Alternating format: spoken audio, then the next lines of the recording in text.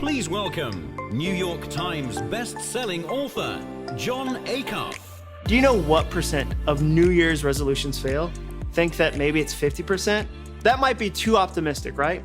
How about 75%? Want to go even bleaker? How about 85% fail? Based on how many people try them again and again every year, it can't be much worse than that, can it? Well, here's what they found. 92% of all New Year's resolutions fail. You have a greater shot at getting into Juilliard in New York City to become a professional ballerina than you do at completing your goal. The acceptance rate at Juilliard is 8.6 tiny dancer. Why is that? Why do we start things but not finish them? Well, we've all been there, right? I mean, it took me 3 years to do 6 days of P90X. That is not the optimal schedule they recommend. Some of you right now are nodding along at home because you have a Peloton, I don't know if I said that right, a Peloton gathering dust in the garage. When you bought it, you thought, I am 100% going to ride this fancy bike every day with strangers. And now it's the most expensive place to hang laundry to dry. Maybe you started a diet or a new goal with Young Living, or you bought a camera to take better photos, or swore you'd get your finances in order this year, but then you didn't finish the goal. I started to get really curious about that problem, and so I studied it. Part of the reason our goals fail is that we focus on the wrong part. We over-glamorize the beginning. We say quotes like, well begun is half done, or the hardest part of any journey is the first step. Neither one of those statements makes a lot of sense when you really study goal setting, though. For example, if you ever had surgery and the doctor said, once I've made the first incision, I'm like halfway done with your operation, you'd question their schooling. And the hardest part of any journey is the first step. That isn't even a little true. We have launch parties. We have kickoff celebrations at the beginning. The hardest part is the middle. I've never had a manager at work say, hey, we're at the part of the goal that's the worst. Time for some middle cake. Where do people cheer at marathons? At the start and the finish, the middle is lonely. The bigger issue is that incomplete goals cost you something. Scientists call it the Z effect. You remember incomplete goals more than completed ones. That's the truly damaging things about the goals you don't finish. They hurt your productivity. That feeling you have when it's 3 a.m. and you can't stop thinking about something you didn't get done, that's the Z effect. That's also part of the reason that it's hard to fall asleep if you look at your email right before bed. You're unknowingly reviewing all the things you didn't complete. Goals you don't finish don't disappear. They become ghosts that haunt you. The problem is that a goal is never just a goal. It's a promise that you make to your family, to your team, and ultimately yourself. It's a contract. And if you break that contract enough times, it becomes part of what you believe about yourself. The longer you break old promises, the harder it is to sit down and make some new ones. So I hired a researcher from the University of Memphis named Mike Peasley, PhD. He and I studied nearly 900 people for 6 months while they worked on goals so that we could figure out what it really takes to finish.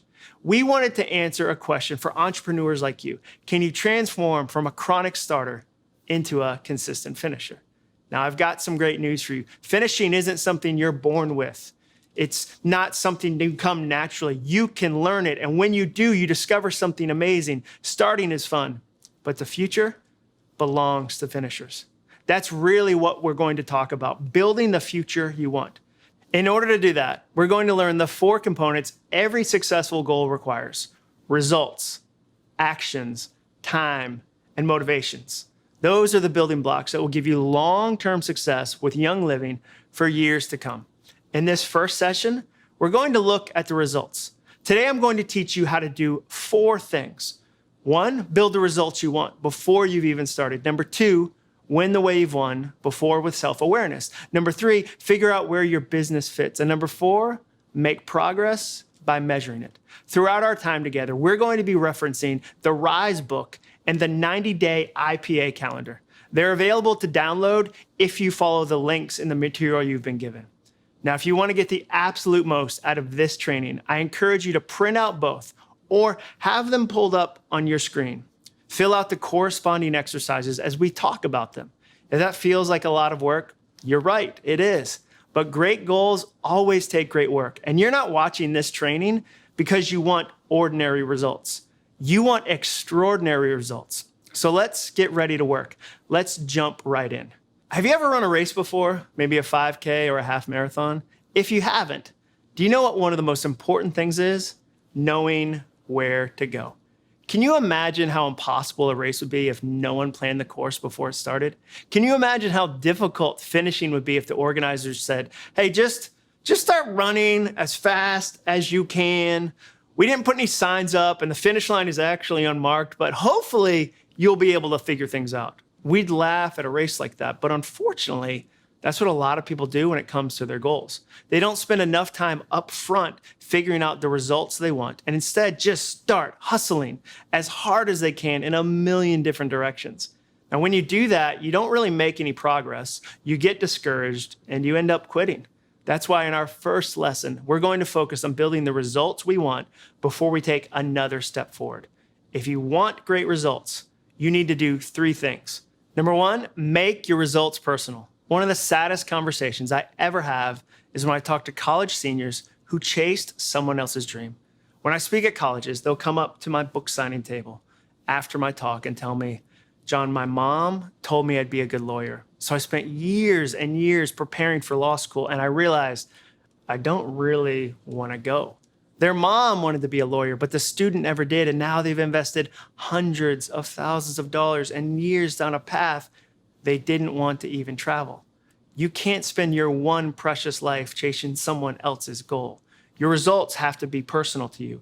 Good results are always individual to you. This is akin to author Simon Sinek's Why. It's your mission, your adventure, your journey. To make sure it's personal, go to page 7 in the Rise book. There's a brilliant, simple exercise that will help you dig below the surface of your goal to really find out how to make the results personal. Take your time with this one. Often the real reason we want to achieve something is a few layers deep.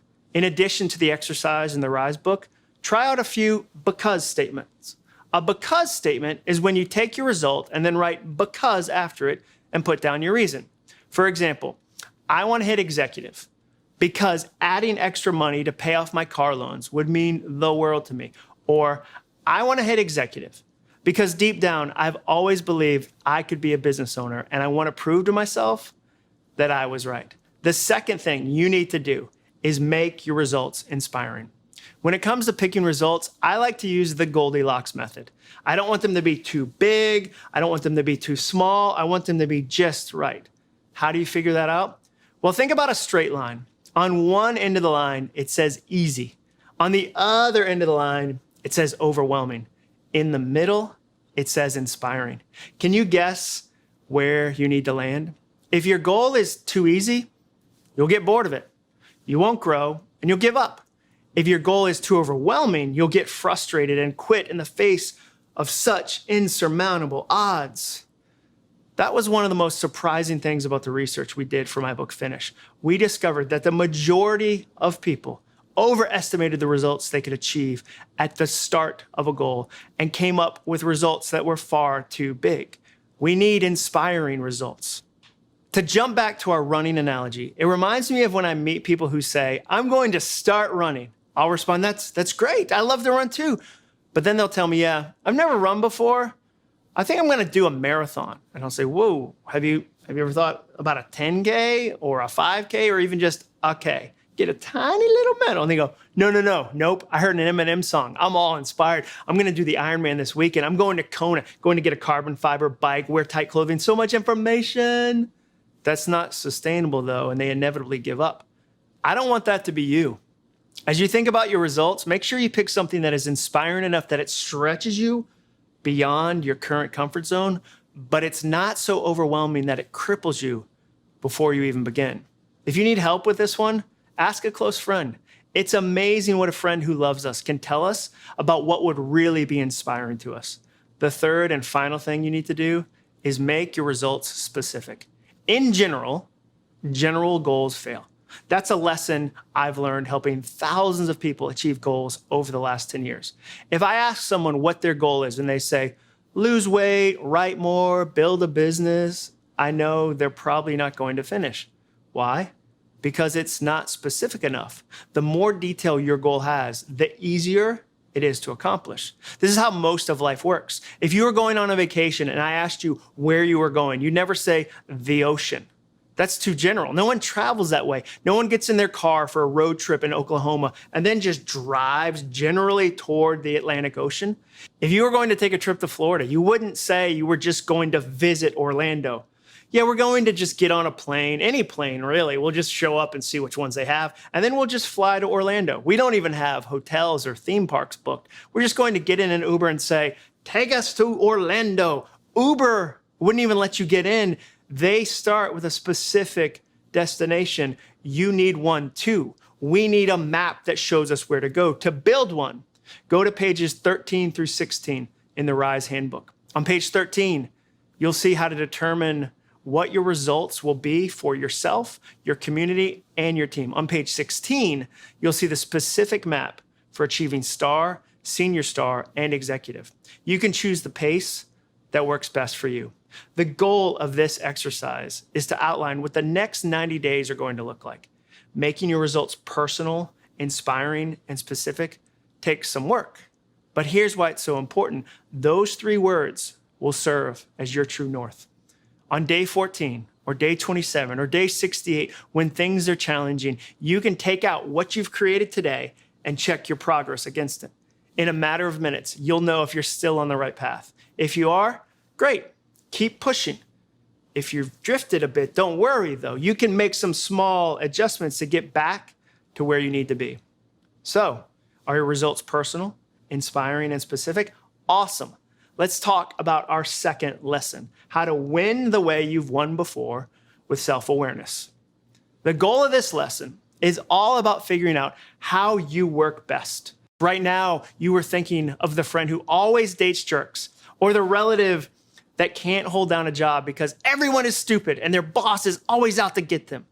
I am thinking of how dumb it is to write a book in the summer. I've written 7. Here are 3 of them. The first 6 were all written in the fall and the winter. I write better then. Something about the cold air, a desolate landscape inspires me. I am weird, but I have a history behind me. I can say without a shadow of a doubt that I write better during those seasons. So then why did I initially try to write my newest book, Soundtracks, during the summer? Because I am dumb. I don't learn from the past, not willingly. It took me 6 books to finally wise up. Let's dive in and really study the results from your past to figure out if history is trying to teach you anything. Is something you've already done before trying to inform this new set of results you picked in the first module? Let's find out by asking a few questions. The first question, can you remember a goal you worked on in the last 3 years? When I asked this question, I quickly remembered a goal I worked on to count my calories. For 30 days, I religiously tracked everything I ate. I didn't measure the weight of the food, but I definitely got deep about the data. In some ways, it went really well. I lost weight. In other ways, I got a bit obsessed. There were good and bad lessons. Looking at a goal you tried, what would you bring forward? What would you leave behind? If there's not a perfect match, what's a related goal that can still teach you some lessons? No goal is an island. If you have a hard time finding a goal to use as an example, expand your definition of what counts.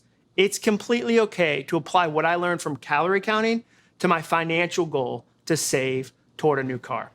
Another question to ask, what friends, family members, or coworkers were involved last time? You won't do it by yourself, regardless of what your it is. Counting calories required some input and support from my wife, Jenny, for instance. As the chief dinner maker, I needed her on board to a certain degree. The last time you worked on a goal, who helped you? Pages 11 through 12 in the RISE book will really help with this exercise. The people who contributed to your last goal might just be the same people who can help you with the next one. Another question, how long did it take?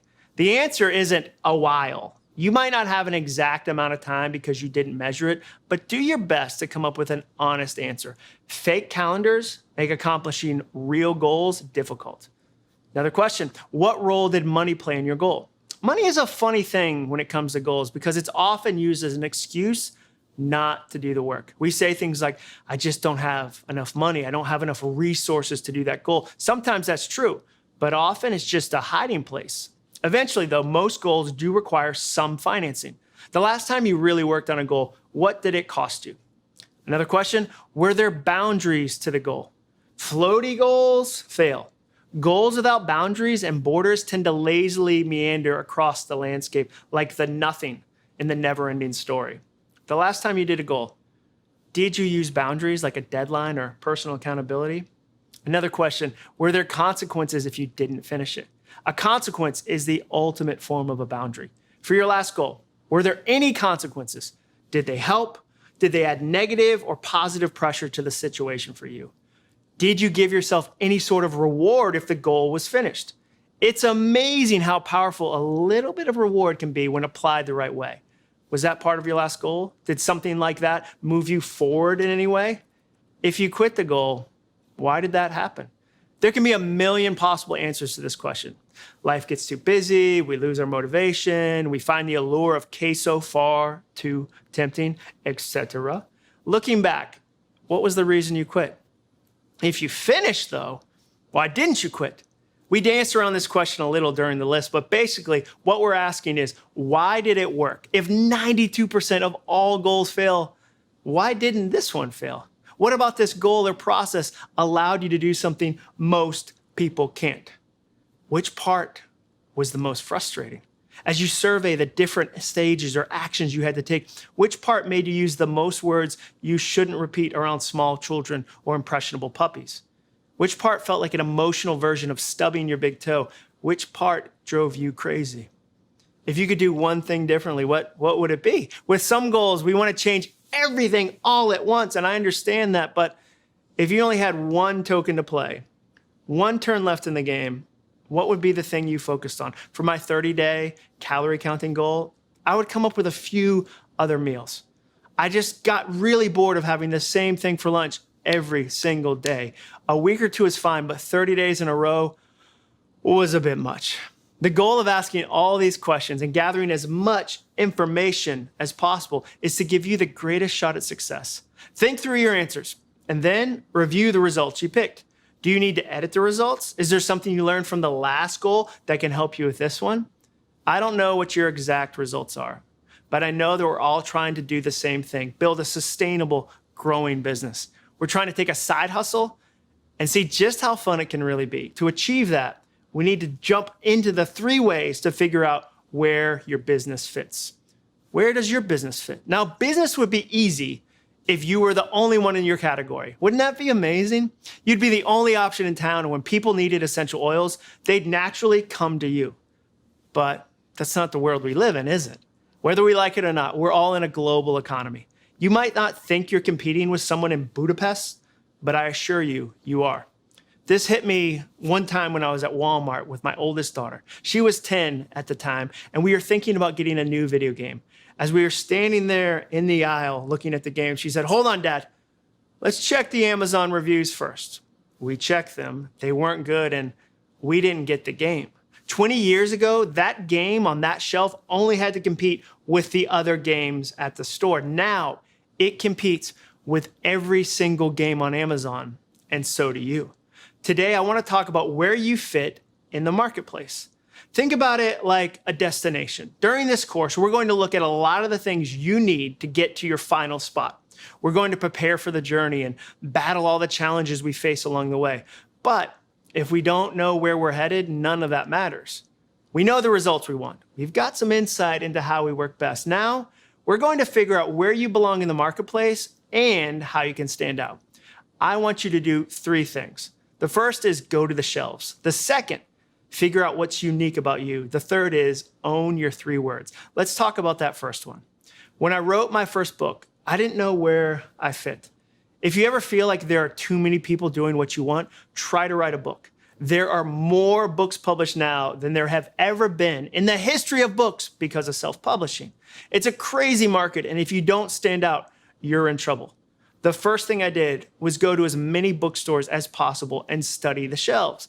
I spent hours walking up and down reviewing each title. I wanted to get a sense of the landscape before I launched my book. One of the best things about this exercise is that it'll show you there aren't as many exact competitors as you think. Alone at home, doubt will tell you other people have already done the same thing you want to do. You might worry, We don't need another essential oils person. I'm too late to the conversation. Too many people already do it, but the shelves will tell you the truth.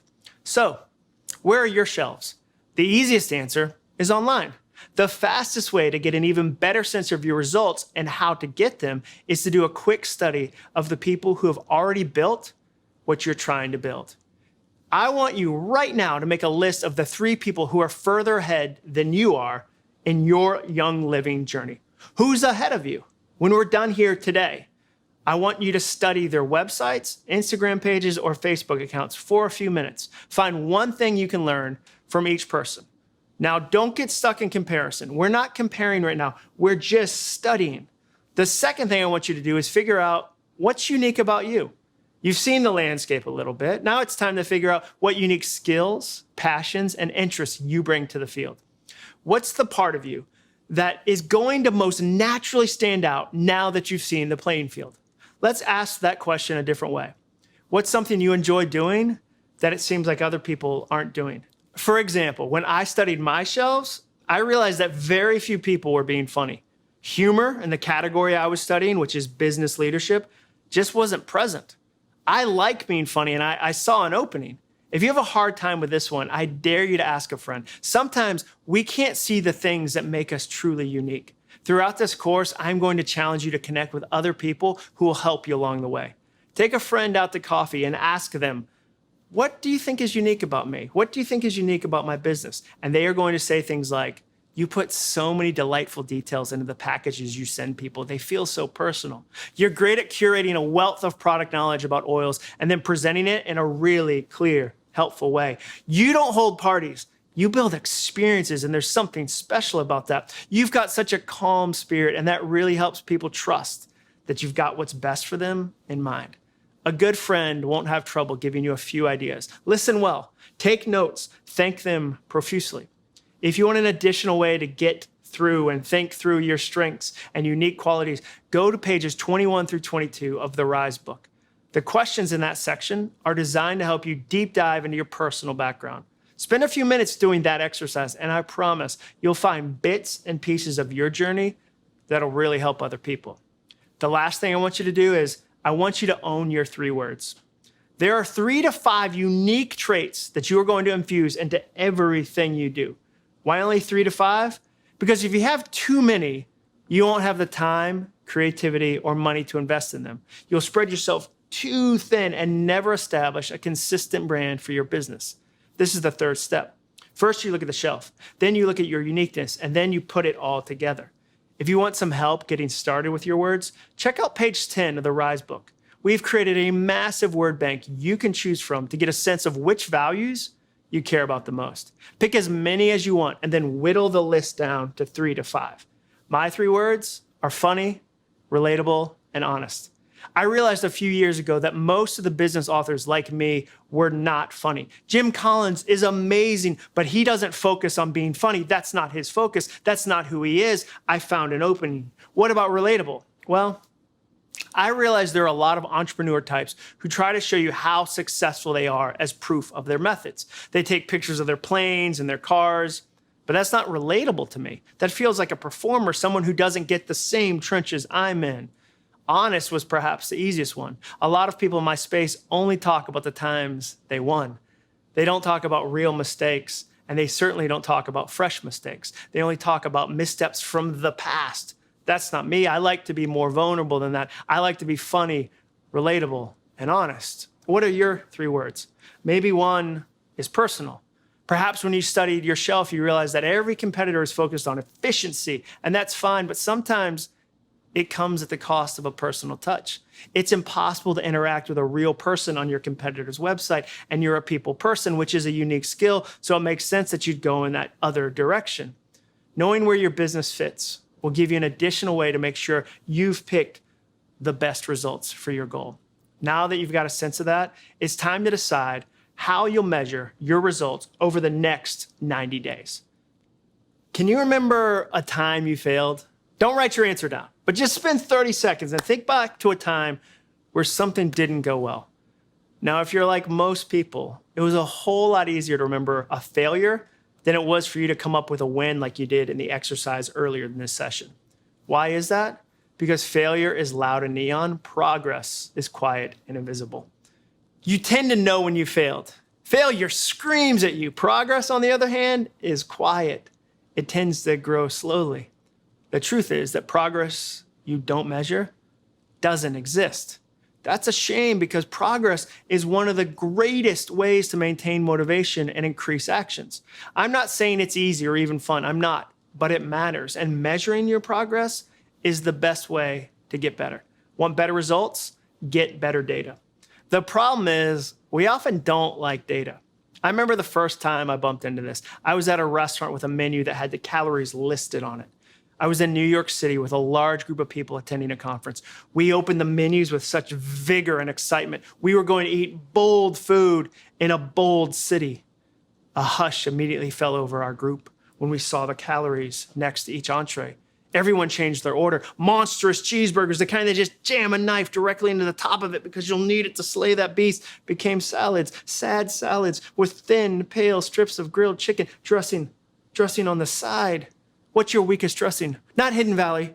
No. What are they hiding? I bet it's calories. Please give me your thinnest vinaigrette. One step up from light brown water, please.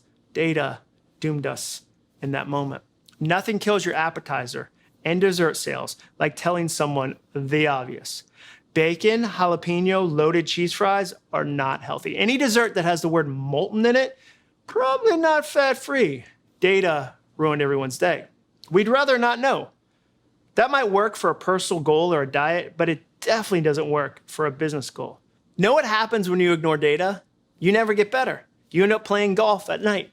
In the book Black Box Thinking by Matthew Syed, he laid out what happens when we're not measuring our progress and when we're not using data the right way. He says it's like trying to get better at golf by practicing at night. You could play every night of the month. You could practice from 9 p.m. to midnight for years, but you'd never get better. Why?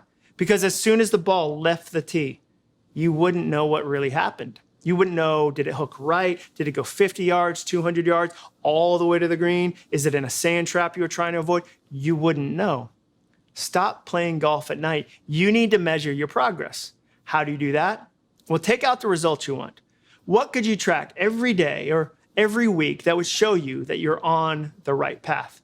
Making silver is a finish line, but there are micro results that you can track along the way to accomplish that. Here are 11. Number 1, time invested. How many hours during the next 30 days will you invest in your goal? If you spend 15 minutes a day for 30 days, that adds up to 7.5 hours. That might not seem like a lot, but when is the last time you took almost a whole workday to work on your business? You can measure money earned. Some results are fuzzy and difficult to measure, but not money. Be specific about your profit.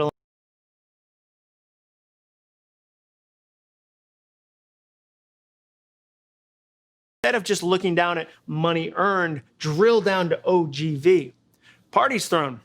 Whether it's a virtual gathering or one in your house, every party counts. Want to earn bonus points? Keep track of how many people attend. Followers on a social media platform.